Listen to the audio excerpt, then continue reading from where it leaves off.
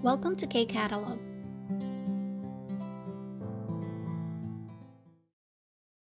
Level 2 Unit 17 ng workbook, page 108. Nasa grammar part na tayo, 문법. Quick review, we have the 동사 or 형용사, verb or adjective, plus the grammar 으면 좋겠다. Another one is yung 면 좋겠다. Okay, so yung rules po muna ang alalahanin natin. Kapag yung verb or adjective mo ay nag-end sa final consonant, ibig sabihin meron siyang 받침, then you add 으면 좋겠다. Kapag wala naman siyang 받침, nag-end siya sa vowel, you add 면 좋겠다. Okay? So, ano ulit gamit ng grammar na to? Kapag gusto mong i-express na statement is about sa iyong wish or hope. Yan, may gusto kang bagay na mangyari sana. Okay? So, sa Tagalog, yung word na pwede nating i-associate is maganda sana kung, or sa English naman, it would be good if, ayan. So, dito, tingnan natin, no? 으면 좋겠다, 면 좋겠다. So, check natin. Drop natin yung mga da. Okay. So, gada, walang 받침. So, ga면. So, 1 or 2 na lang, no? Para mabilis. 으면 for 1, 면 for 2. So, dito, dahil ga면, 좋겠다, number 2. 합격하다, 합격하면 좋겠다. 넓다, may 받침, so 넓으면 좋겠다. 많다, 많으면 좋겠다. 가깝다, so ito, irregular verb, yung biyup, anong mangyayari? Magiging u muna siya, no? So magiging kakau. Tapos, wala siyang 받침, kaya 면 yung idadagdag. 가까우면 좋겠다. Ibig sabihin, maganda sana kung malapit. Ayan. So, yung dinagdag natin is 면 좋겠다. So, number 2. Next. Dito naman po tayo sa next table. So, 찾다, may 받침. So, 찾으면 좋겠다. Next one, 만나다, walang 받침. 만나면 좋겠다. 찍다, 찍으면 좋겠다. 사다, 사면 좋겠다. 크다, 크면 좋겠다. And then, si 만들다, ayan, another irregular, ano yung nangyari? Real yung kanyang ending. So, after ma-drop yung da, real yung 받침 niya, kaya ang nangyari, 면 lang po yung dinagdag. 만들면 좋겠다. So, wala pong 만들으면. Okay? 만들면 좋겠다. Now, apply natin si 으면 or 면 좋겠다 na grammar. So, dito sa example, sabi, 주말에 토픽 시험 보지요. Sa weekend, magte-take ka ng topic exam. Tama ba? Sagot ni na. 네, 이번에는 꼭 합격하면 좋겠어요. So, yung word na ginamit is 합격하다, no? Binigay na kung ano yung gagamitin na word. Tapos, ang sabi niya kasi, yes. So, magte-take daw siya ng topic exam. And then, sabi niya, maganda sana kung this time ay makakapasa na ako. So, ibig sabihin, ibone는 this time. Tapos, 합격 to pass. So, I hope or I wish or it would be good if I can pass this time. Okay, so, number 1, 취업하다. So, pag sabing 취업하다, to work, magtatrabaho ka doon. So, 취업하다 magiging 취업하면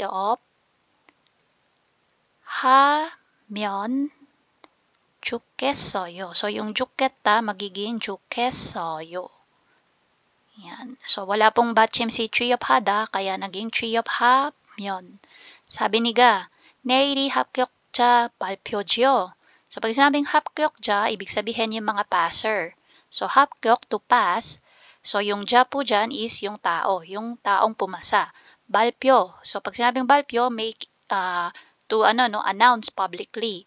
Yan. So, ibig sabihin, bukas daw ipapaalam kung sino-sino yung pumasa. Tapos yun, no, kino-confirm niya kung tama ba yung alam niya na yon. Kung bukas nga, sagot nung kausap niya, 네, 그 회사에 꼭 취업하면 좋겠어요. So again, sabi ko kanina, 취업하다, to work. So sabi niya, it would be good if I will work in that company. Sabi niya, maganda sana kung makakapagtrabaho ako dun sa kumpanya na yon. Okay? So, number 2. 크다, magiging 크면 좋겠어요. Okay, so sabi ni Ga, size는 어떠세요? So, kamusta po yung size? Sagot ni Na, 조금 작은데 한 치수 크면 좋겠어요. Sabi niya, medyo maliit siya and maganda sana kung mas malaki pa ng konti ng size. So, han, ibig sabihin isa. Tapos, chisu, ito po ay another term for size. So, yung size kasi, itong spelling na to is English term po yan. So, naka-Korean lang po na spelling. Pero yung Korean word for size is chisu. Ayan. So, parang gusto niya sabihin, maganda sana kung malaki pa ng isang size. Okay? So, dito, number 3. 남편이 담배를 피우네요. Oh, sorry, mali. So, number 3. 남편이 담배를 피우나요? So, tinatanong niya, no? Naninigarilyo ba yung iyong husband? Sagot ni Na, 네, 이제 곧 아이가 태어나는데 blank. So, yung sabi, 담배를 끊다. So, 끊다, to quit.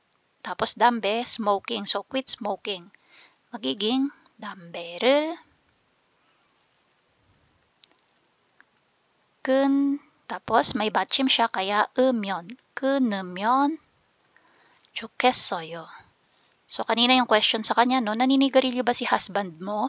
Sabi niya, yes. So, naninigarilyo nga daw. Tapos sabi niya, 이제 곧. Sabi niya, this time, 곧 is soon. Yan. So, soon, ipapanganak na daw yung kanilang baby. Tewo na. So, tewo na da, parang ipanganak yan, no, to give birth. Tapos, ai, so, baby.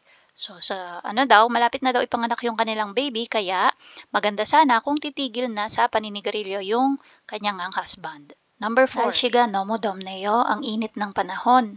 Sagot si Na, 맞아요. 조금 비도 오고 시원한 blank. So, dito, si 바람이 불다. Ibig sabihin po niyan is yung pag-ihip ng hangin. So, bulda to blow, baram yung ating air or hangin. So, dito, take note, no, si bulda, ito po ay isang irregular. Okay, so special siya. Tandaan nyo na lang, pag barami bulda, magiging barami bul. So, may real bachim. So, isipin natin, dapat umyon. So, again, special po si bulda, magiging bulmyon lang po siya. Bulmyon, 좋겠어요. Yan. So, again, anong sagot ni Na? 맞아요, tama. Tama daw na mainit yung panahon and ang sabi niya, yung kanyang hiling sana, maganda sana kung medyo uulan at may preskong pag-ihip ng hangin. Okay? So, yun yung kanyang sagot. Okay, for grammar number 2, we have 명사 plus e. Again, yung e po dito, hindi siya place marker, hindi siya time marker. Ito po is yung good or bad for. Okay, so sa English yung sabi ko sa inyo before na i-associate natin na word is yung good or not good. Or pwede ding bad. Tapos for. Okay, for. Tapos sa Tagalog naman, para sa. Yan. Okay, maganda para sa, hindi maganda para sa, masama para sa. Okay, so dito sa example, so, tingnan natin. 변비에 좋다. Yan. Binigay na yung mga gagamitin, no? Tapos, nilagay niya, 변비에 좋아요. Okay? So, ibig sabihin, maganda daw para sa 변비. Ano ba yung 변비? 변비 is constipation. Okay? So, ibig sabihin, pag pumunta ka sa banyo at pagbabawas ka, kaya lang ayaw lumabas, ayan, constipated ka. Okay? Sabi niya, 저는 아침마다 사과를 하나씩 먹어요. Ako, every morning, kumakain ako ng isang pirasong mansanas. So, every morning yun, no? Sabi niya kasi, yung mansanas daw ay maganda para sa constipation. Okay? So, tingnan natin yung number 1. 저는 담배를 안 피워요. 담배는 가장, tapos, 건강에 안 좋다. So, dito, parang binigay na yung sagot mismo, no? Yan na yan. 건강에 안 좋다. Si 좋다, gagawin mo na lang siyang present form. So, 건강에 안, hindi ko na po isusulat lahat, no? An, tapos yung 좋아요 na lang para mabilis po tayo. So, ibig sabihin, hindi ako naninigarilyo. Yung sigarilyo kasi ay pinaka hindi maganda. Okay? An 좋다, 안 좋아요. Or pinaka masama sa kalusugan. Tama naman. Number 2, 숙면에 안 좋다. So, pag sinabing 숙면, ito po yung paghimbing ng tulog, no? Or matutulog ka na mahimbing. So, sabi niya, 안 좋다. So, hindi daw maganda. So, alin ba ang hindi maganda? Yung coffee. Sabi niya kasi, 저는 커피를 안 마셔요. Hindi ako umiinom ng coffee. Yung coffee kasi ay hindi maganda para sa mahimbing na pagtulog. So, 숙면에 안 좋아요. Next, number 3. 심장과 다리 건강에 좋다. So, dito naman, 좋다 ulit siya. So, good for naman, no? 심장. Pag sabing 심장, heart. Okay? Maganda para sa kalusugan ng iyong heart, ng puso, at saka ng da리. So, da리 is legs. Okay? So, sabi niya kasi, 저는 주말마다 등산을 해요. Ako, every weekend ay nag-hiking. Yung pag-hike kasi or if mag-hike kasi ako, maganda siya para sa kalusugan ng puso ko at ng mga binti. Okay, so yun yung number 3. Number 4, stress 해소에 좋다. Again, good for, no? Or maganda para sa.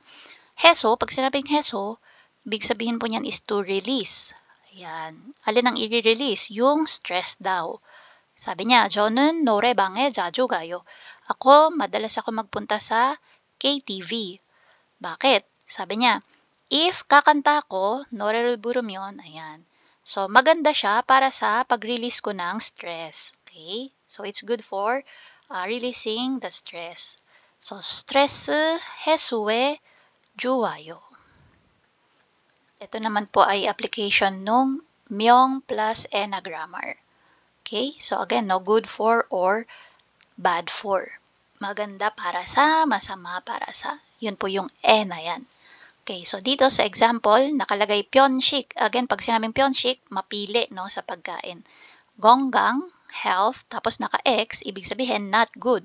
Ibig sabihin, yung pagiging mapili sa pagkain ay hindi maganda para sa health. Tingnan natin yung conversation. Sabi ni Ga, 저한테는 야채 안 주셔도 돼요. Sabi niya, wag nyo na po akong bigyan. 안 주셔도 돼요. Okay, kahit hindi nyo na po ako bigyan ng gulay. Okay, so 저한테, para sa akin. Okay, tapos sagot nung kausap, 왜요 음식을 골고루 드세요. 편식은 건강에 안 좋아요. Yan, sabi niya, bakit? Bakit daw hindi na siya kailangan bigyan ng vegetable? Sabi, 음식을 골고루 드세요. Nag-suggest, no? Sabi, kailangan daw yung pagkain ay equal. Ayan. So, you have to eat evenly. Tapos, sabi niya, yung pagiging mapili daw ay hindi maganda para sa health. Okay? So, nasermonan pa ng bahagya. Yan. Sige, tingnan natin yung number 1. Bago natin sagutin yung number 1, analyze muna natin paano yung nangyari. Pyeonshik, nadagdagan ng un. So, we will use yung un or 는 na topic particle. Tapos, gonggang, dito na nilagay si grammar gonggang tapos naka-X kasi siya, ibig sabihin, hindi good, so 안 좋아요. Okay, so 좋아요 or 안 좋아요 yung gagamitin natin. Sige, number 1, 따뜻한 차. Tapos, 감기, naka-circle siya, ibig sabihin, 좋아요. Sabi ni Ga, 감기에 걸린 것 같아요. Sa tingin ko, nadali ako ng sipon. Tapos, sipon or flu or cold. Tapos, sagot ni na, 이 차를 드세요. Ayan. Inumin mo tong tsaa na to. Tapos, sabi niya, 따뜻한 차는, nandito na pala, no? May 는 na. Yan, 따뜻한 차는, so, idadagdag na lang natin is, 감기, ito siya, 감기. Tapos, yung grammar na dahil naka-circle, 좋아요. 감기에 좋아요. Yan. Okay, so number 2. 요즘 사과가, katingin kasi sa mansanas 소화가 잘 안 돼요. Okay, again, 요즘 소화가 잘 안 돼요. These days, hindi maganda yung pangtunaw ko or yung sikmura ko. Sagot ni na, 아침마다 사과를 먹어보세요. Nag-suggest si na, no? Every morning, try mong kumain ng mansanas. Kasi yung mansanas, sagwa는 소화가 좋아요. 소화가 아니고 소화에. Yan, 소화에 좋아요. Kasi yung mansanas ay maganda para sa digestion. Number 3. 요즘 피부가 안 좋아졌어요. Nowadays, yung skin ko is hindi maganda. Yan. So, baka may mga kung ano-anong nalabas, no? Sabi nung kausap niya, 잠을 충분히 자야 해요. Kailangan magkaroon ka ng enough sleep. Tapos sabi niya kasi yung pagkakaroon daw ng enough na tulog, oras ng pagtulog ay maganda para sa skin. So, 충분한 잠이 피부에 좋아요. Last one. 너무 싱거워요. 거기 소금 좀 주세요. Ayan, sabi niya, sobrang bland daw nung kanyang pagkain, no? So, parang matabang. Okay, so 너무 싱거워요. Sobrang tabang. 거기 소금 좀 주세요. So, dito, yung gogi na yan, parang tumatawag siya ng attention, no? And dito po, ayan, pahingi po ng asin. Tapos sagot nung kausap niya, "소금은 조금만 넣으세요." Sabi niya, "konti lang po yung ilagay niyo na asin." "짠 음식은," so yung mga maalat po na pagkain ay hindi maganda para sa kalusugan. 건강에 안 좋아요. Ayan. So, yan po si 명사 plus 에. And that's it. If you find this video helpful, please hit the like, share, and subscribe button. So I still hope to see you in the upcoming videos, and again, thanks for watching.